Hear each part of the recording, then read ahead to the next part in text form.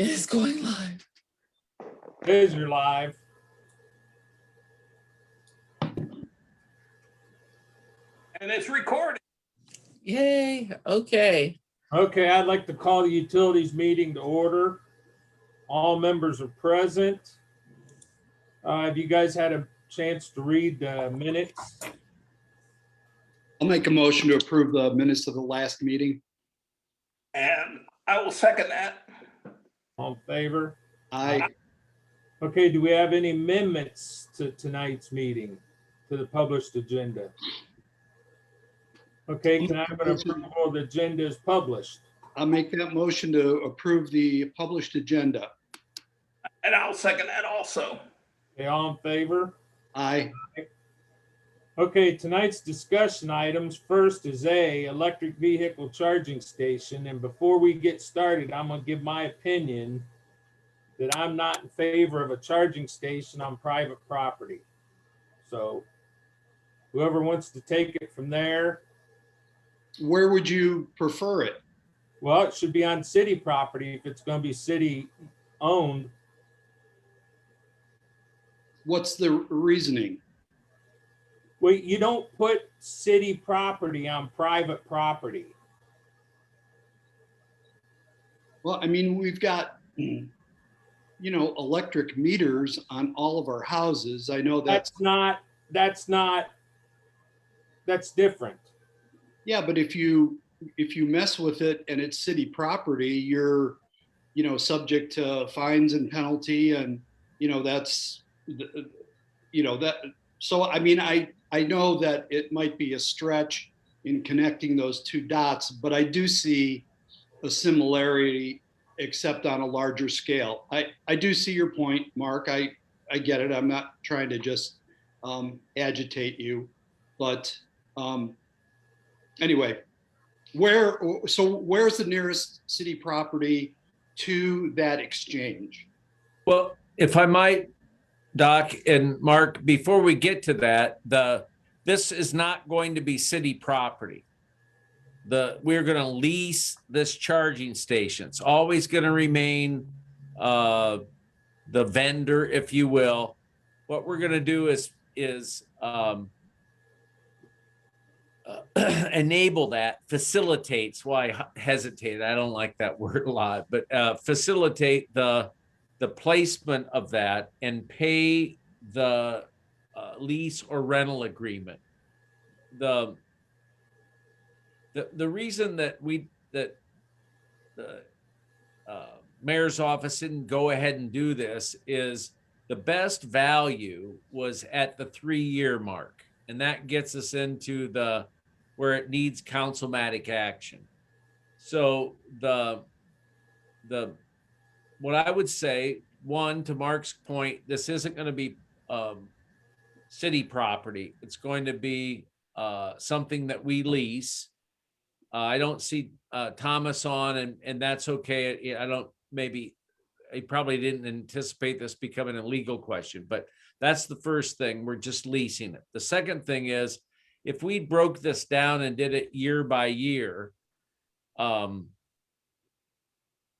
it would, the request of council would just be more informational. So only when you get into the 3-year contract does it become something that gets past that 50,000 threshold. So that would be, I'm not sure what to do with that information. We were really close, Nikki and I, as the Board of Control, to approving this lease arrangement. And I thought, we really need to get council support. So that's how it came into the committee and the discussion. So there's probably other public property out there near that site. I think the other issue that I've heard, if I might, Mark, go on for just a second, is its location. This imagined or hoped for charging station, where do you put that in town? And there's probably I'm sure there is a difference of opinion among folks about whether to put that up near the central business district or to have it closer to Route 30, kind of easy on, easy off. Wouldn't have suggested this site if I wasn't in the camp of easy on, easy off. I think it kind of depends. And the last thing I'll say is it kind of depends on what you expect out of the station. If it's increased traffic, I'm not sure you can count on that. If it's a little bit of incremental sales, which, by the way, the initial conversation has been that the cost of the electric would be, that's something that Valero would consider picking up initially or over some period of time. So we're not proposing doing this until we have commitment from that private property owner that they would pay the electric bill. So anyway, I think I'm in favor of having it out there. I think that will generate more charges. What we'll have to do, charging in the neighborhood of 15 or so dollars, maybe 15 to 20, we'll have to calculate before any agreement is reached, how many charges a day and whether or not, absent the electric cost, how much we'll yield or earn, if you will, out of a certain assumed number of charges. So thanks for letting me go on a little bit, but I think that covers a lot of the issue of private ownership. What we wouldn't sign an agreement if the Valero didn't pick up all of or most of that electric charge. So What needs to come out of a committee or council before, is it going to be an ordinance? no, Doc, if to answer that question, I'd say nothing really needs to be done. Okay. There's no, This is it doesn't exceed informational the, only. huh? Yeah, I did, Okay. it really is, and Mark, I hope you and Mike can appreciate this as well. It's really what the heck is going on here? No one said anything about electric charger, a station, and all of a sudden that thing's out there. For me, it will be happier in the long run if we proceed. If council knows about it, we hear what your key points are, what you don't want to see about it, and go from there. A part of it is then the whether or not the expected or proposed wave of electric vehicles happen. But I do believe if we're out near 30 and we're easy to get easy on and off, we'll become a place that that gets more charges than the average location. So I don't think nothing really. ever. I'm sorry, I went on too much. That's all right. Not to answer your question, we really don't I don't want to drive, I don't want to create any kind of, I want to coordinate, work with, collaborate, all those words with council and just be, how's what's that word? Transparent. I want to be totally transparent with you folks about this and let you know what we're thinking. And if there's not support, I don't want to, I don't want to make it happen if there's not support at among council generally or this committee. I just got a question, Tom. Okay. Yeah. Valero's got a meter. Yep. The station will be set at their property. Uh-huh. They're going to pay the electric bill. How is the city going to know what their share of use is off one meter? Well, I think I don't understand it for sure as well as you do on how that sorts out. But if it's if the new metering of the charger device, the bill goes to Valero, and that's our hope, and that's what we've talked about initially. Then I'm not sure we care about how much that bill is. Well, I would think you would care Well, we're because gonna get all the revenue. So, how Tesla we get- driver how we- shows up, they charge it. That charge will go back to us. And what we'll do with that money is pay the charge point contract. The Valero will get however many, but they'll get traffic out of that, which I think they want to work with us on that. They've got some stations, Valero, the owner does, where they have bought the station or leased, excuse me, the charge point thing, and it's a capital drain. So they have to pay for it up front for it to pay for itself.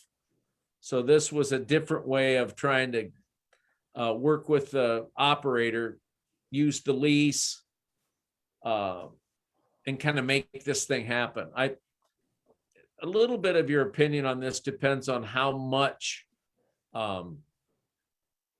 electric vehicle use happens over the next 5 or 10 years.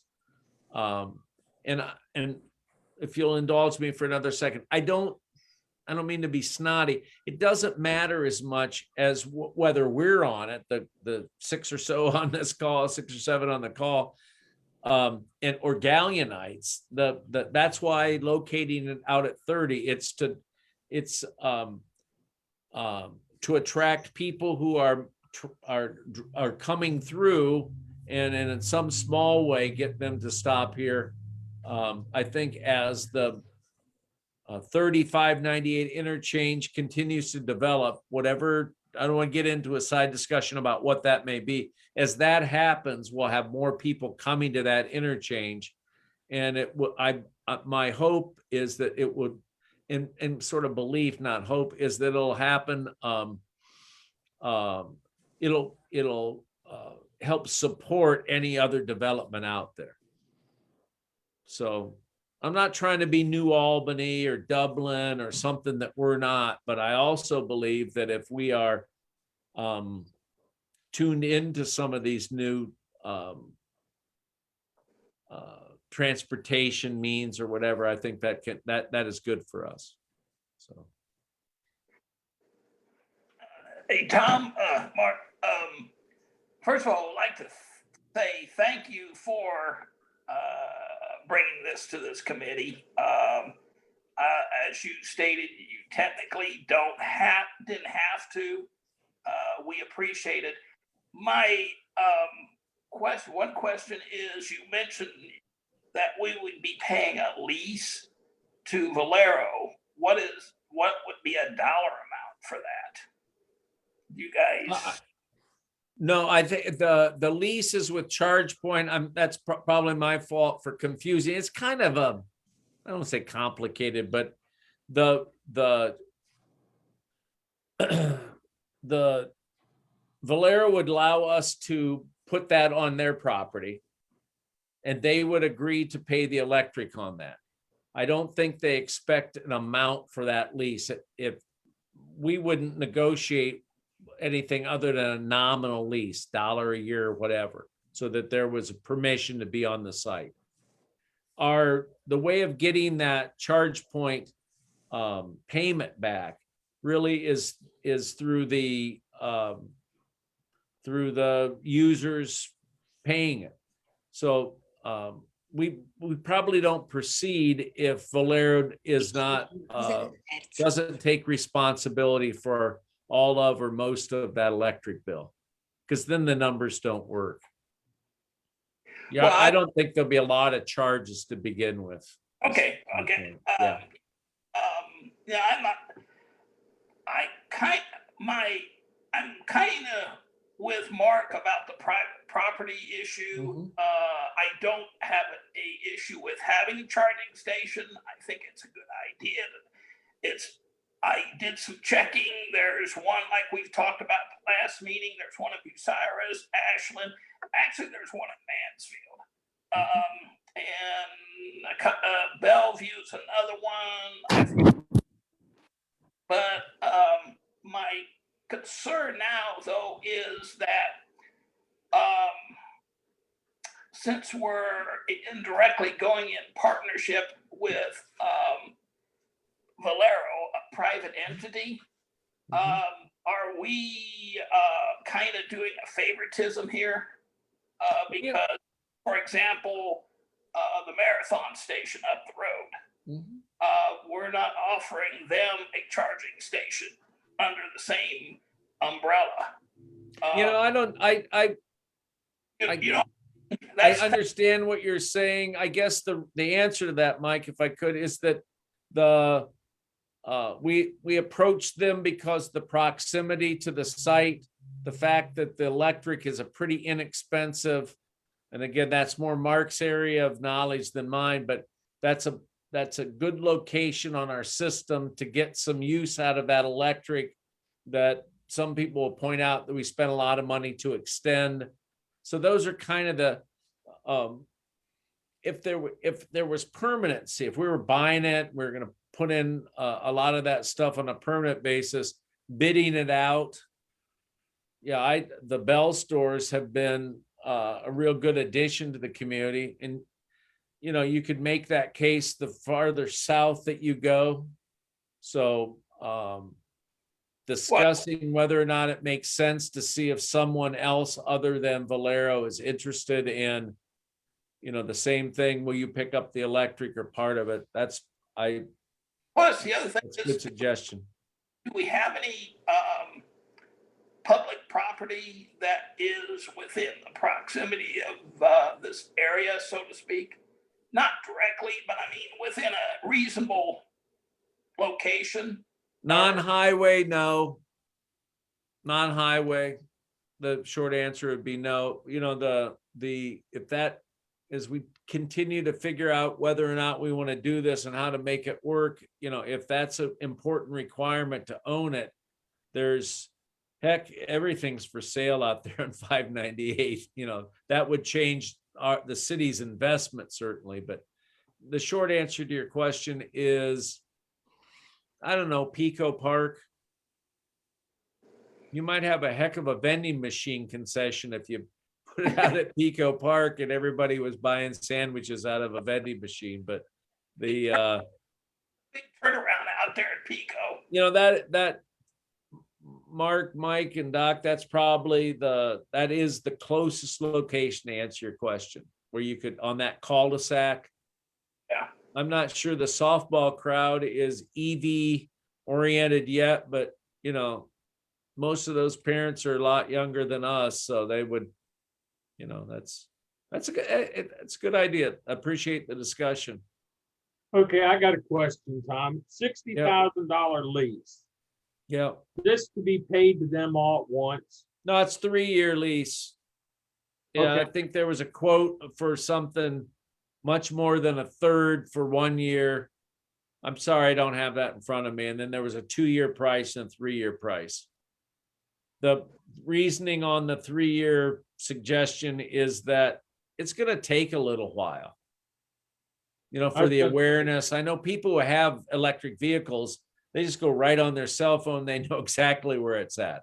But to get more generally, to have people who drive that 30 corridor that are electric vehicle users, I'm going to digress for a second. I actually think that commercial electric vehicles and companies that are into zero carbon over the next few years, they're going to be big users of electric vehicles. And this idea of maybe trying to get on that map so that you snag a little bit of that commercial vehicle traffic is a little bit of the reasoning. But, most of it is to try to have a feature that would help distinguish Galleon from other communities and have that easy on, easy off. I imagine over this 3-year period, most of the folks would be private vehicles. So anyway. I'm really in favor of the proposal for a couple of reasons. One, I believe that that's going to be the future sales, and the major car manufacturers are gearing up, ready to turn over to manufacturing EVs. This is another, the second reason is it's another positive brick in that 598 corridor development. It's a feature. It's not a cash cow, but it's a positive feature. You start getting more and more positive features regardless of size. You know, now you're starting to build something. So while this is a small in stature step during the first year, you know, I really think that it's going to expand and be bigger. And when that does happen, perhaps the idea of moving it into deeper into town where you know, people are going to have to, oh, well, you know, what's the tap room? Not that they want, you know, their passengers could, you know. Have a couple beers. Maybe that wasn't the best example. Bistro, Doc. Wolf Hardware, yes, the bistro, thank you. But I really think it's a positive small step, so thanks. And I don't know, Mark, what there's two things we could do. We could plow ahead and see how it goes, or the other, maybe my suggestion is try it out on the other 4 members. Have a brief discussion. Maybe it's part of the mayor's report, and take this and see if there's, you know, see what the rest of the what, you know, the rest of the council thinks, and whether or not this is a urgent priority. I doubt it, but an important feature, as Doc said, versus we got other things to do. So that would, those would be 2 choices. I think that's a good idea to talk to everybody instead of just, you know, it really does though take councilmatic action since it's over 50,000, correct? Yeah, if we do a 3, that's why we paused before we approved it. It was on a board of control agenda. It's like, whoa, this is probably the kind of thing, well-intentioned, that could get everybody upset and that, you know, and create sort of a technicality, a dispute over it. So, you know, time out. We don't need to steer into trouble.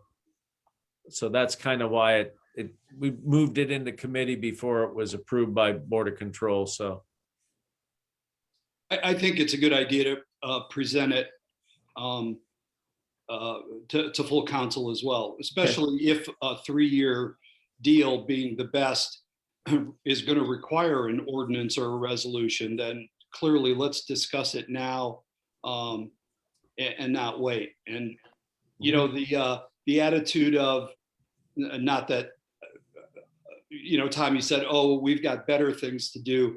I look at it as if we turn this down, we're going to say we're better than, you know, it's like we've said that about things for too long. Like, who do we think we are? You know, come on. yeah. Anyway, I think going to full council is a good idea. But here's a goofy thing, if I might, Mark, and then we can get off of this. The number of projects that are coming through, that if you just keep an eye on, your finger in the water, tracking new development projects, and they don't talk specifically, but you can see that.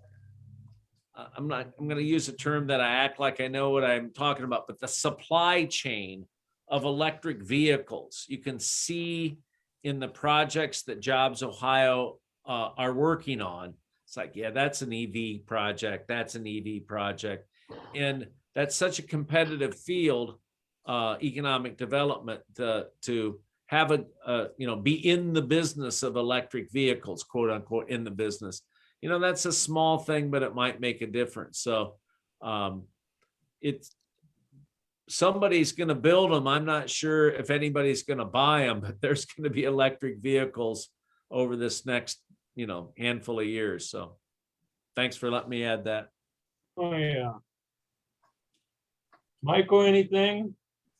No, I agree with both you, Mark, and Doc Fellner and Tom, that we let's have a discussion in full council. I agree with also with Doc Fellner in the sense that I honestly, at this point in time and for at least the foreseeable future, I don't see a monetary return on something like this.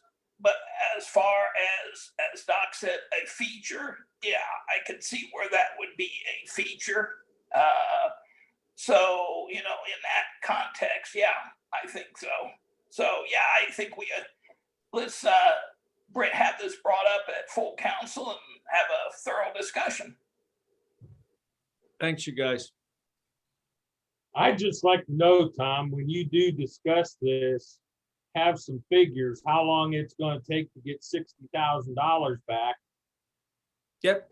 Because that's I think really that's, I think that has to be part of the discussion. I don't have that today and I didn't like like how many charges, what the assumed amount, yeah, that has to be part of that.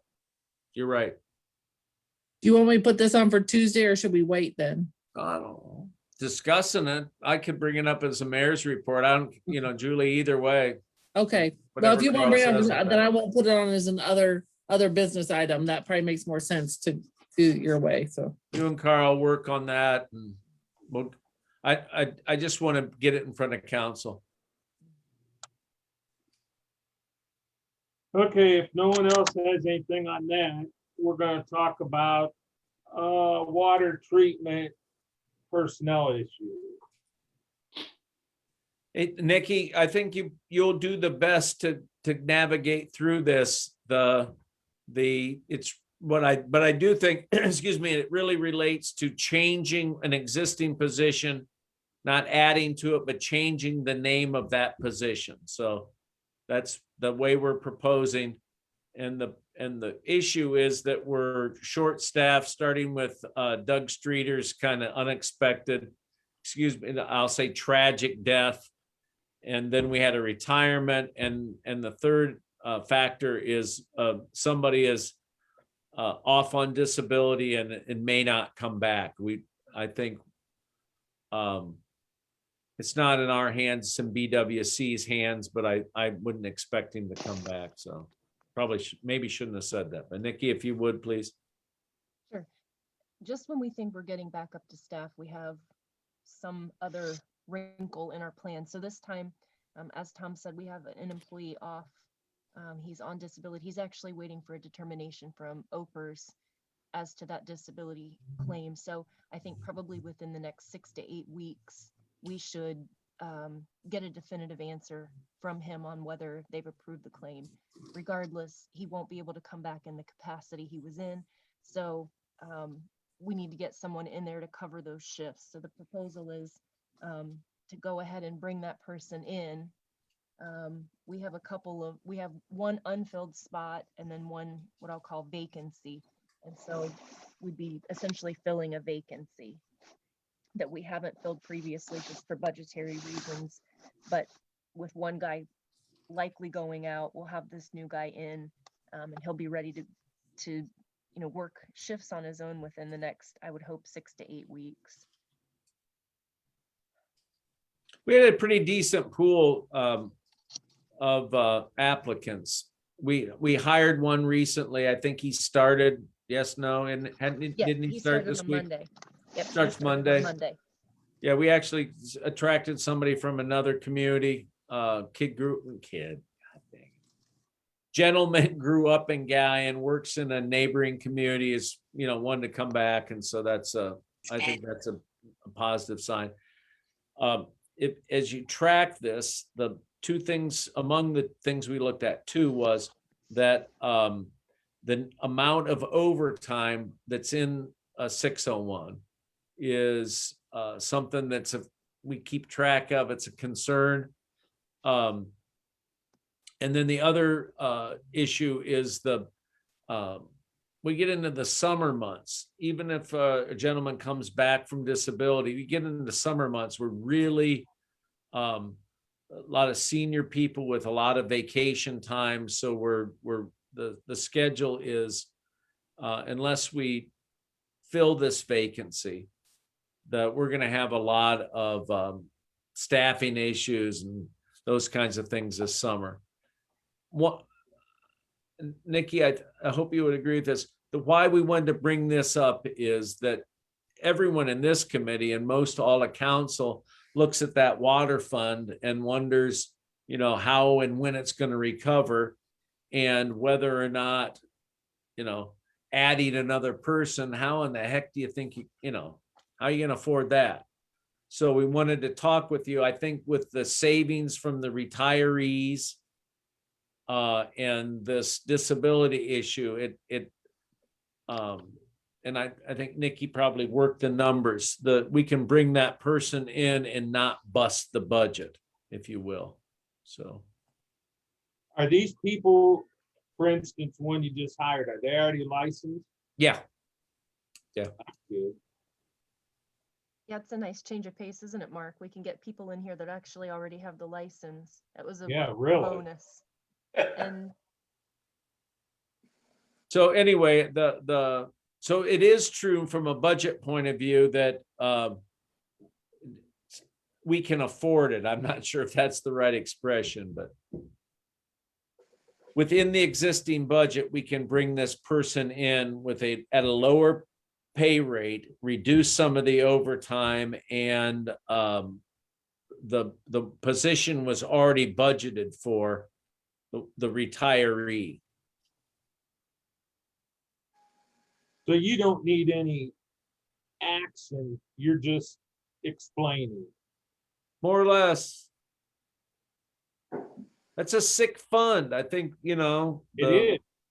So when you look at it, there's all of the debt, there's a lot of encumbrances there. So the cash balance, I'm hoping will come up over the next several months, but that's not, we couldn't, we're not in a position from available cash to take on another Harding Way, blowout like we had a couple summers ago. So we're working on that, but the staffing issue, I think we're going to fill an existing vacancy, right, Nikki? Or we're Yeah. going to, that's our plan. yes, So I would say if the gentleman does it, the disability, they can get back in, condition to work and stuff. I don't think we'll in any way regret it. What we'll do is try to have there's a lot of overtime out there that if you had that extra person, you could probably even that out, and what you're paying in overtime would go to this, if you will, new person. Makes sense. Yeah. I'm good. I was gonna say, I am too. But Nikki's brilliant on this shit. That's all I'll say. Give her a Right. big round. No, we've been worried about this and trying to, so I'm glad, I appreciate the support, right, Nikki? Yep. Thank you. We've been struggling to get that place adequately staffed, so this'll get us where we need to be. It's not, you're not breaking the paper. Well, that's Yeah, No, the ordinance, no. We're The fine staffing with tree. staffing. Yeah, the we're- tree. We're fine there, Mark. okay. No, and we'll still have one position in that tree that's unfilled that we don't plan to fill in the near future. Yeah, so we get the funds up. Yep, I think You're right. Tammy's done a really good job of sort of redistributing duties and getting things a little bit more streamlined. So I think adding this last person will get us where we need to be. I'm talkative as usual. Let me add one thing if I might, Mark. At wastewater treatment, we'd added some new operators just a few months ago. And I was happy about how they worked out who would, if you will, transfer to the water plant. So a gentleman, Joey O'Brien, if you know him, you see him, it's like, he agreed to go from wastewater treatment over to water. And I think he had at least a year invested in the sewage side of it. So that that should at least be mentioned in a committee context, that he was over there, and we'd really be in a world of hurting if we couldn't have got that internal transfer. So sort of a generally unrecognized, doing one for the team. O'Brien did that for us. So just wanted to mention that. Okay, does anybody have anything else they'd like to No. discuss? No, Oh, come on. There's a question. Oh, sorry, Julie. I don't know if this really isn't utilities. Somebody come on here, and I know they try to get into the thing, so maybe this will be more for Nikki. But it's somebody wants to, can I make a suggestion for safety at High C Park where 2 playgrounds are? Could we not have parking right by the playground due to so close to the road and blocks the visibility, and afraid that kids running across between the 2 parks, and to ask about speed bumps in the park, and because there's still people speeding in the park. But yeah, so that's what I know where you're talking about, right there between, because I parked there before, and you see kids going between the cars to try and get over to the other between the two different they decide they're done with this one, they want to go over there, and then they decide they're done and they want to go back. So Yep. Nikki, you want to? So- I actually Andy and I have been discussing that. He is going to determine how many speed bumps we need and which lengths to make sure we get the right ones out there. So that's kind of already in the works. We can talk about the parking and trying to increase visibility in other ways. Leave holes in them for the motorcycles. Yeah, I think the big hump, Mark, I don't like the divoted out speed bumps, the ones that are milled out. I'm thinking about, and we'll talk about it. They are working on, is like one of the bigger mounds that slows you down, like you see as a barrier into a parking lot or other facilities. It, a kid with that would slow almost everyone down. The parking, I don't know. I don't know if when you'd you have like an take empty away- I don't know what to do with that, because angle parking isn't a complete solution. It'd effectively turn it into one way. So people, let's say people going east off of Portland Way, if you angle the parking, oriented towards the pool, then that doesn't work. So You know what would be a good freeze project? what's that? Is build a little over High C Park Lane between the 2 parks. Just Yeah, that is it. Yeah, the school would really say, what about us first? But that is kind of a pedestrian bridge thing. yeah. What Yeah. about a crosswalk, a striped in crosswalk? I think a speed bump and maybe a better delineated, fancy word, crosswalk's a good idea. I think it's a little bit like signage. This is all the stuff that nobody asked to get into, but Julie asked the question, signage. Safe drivers don't need many signs. Right. The studies show they drive the speed limit whether there's signs up or not. The reckless driver, you put up 100 signs, they're not going to stop. So I think slowing them down with a speed bump of some arrangement, and maybe I can't think in my mind's eye if there's a crosswalk there, but a brighter crosswalk's probably, no denying there'd been less than a handful, but a few crashes down there, slow speed crashes, because of that backing out.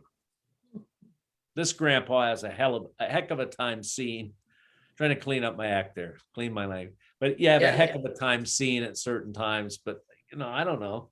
The whole dang thing's full of parking, there's dozens of kids playing, it's kind of balancing between the parking issues, but we are going to slow people down.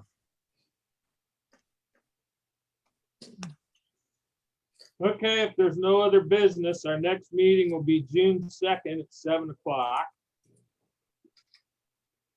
Can I have a motion to adjourn? I'll make that motion. I will second that motion. All in favor? Aye. Okay. See y'all tomorrow night. Yep. Thanks, y'all. Good night. Bye.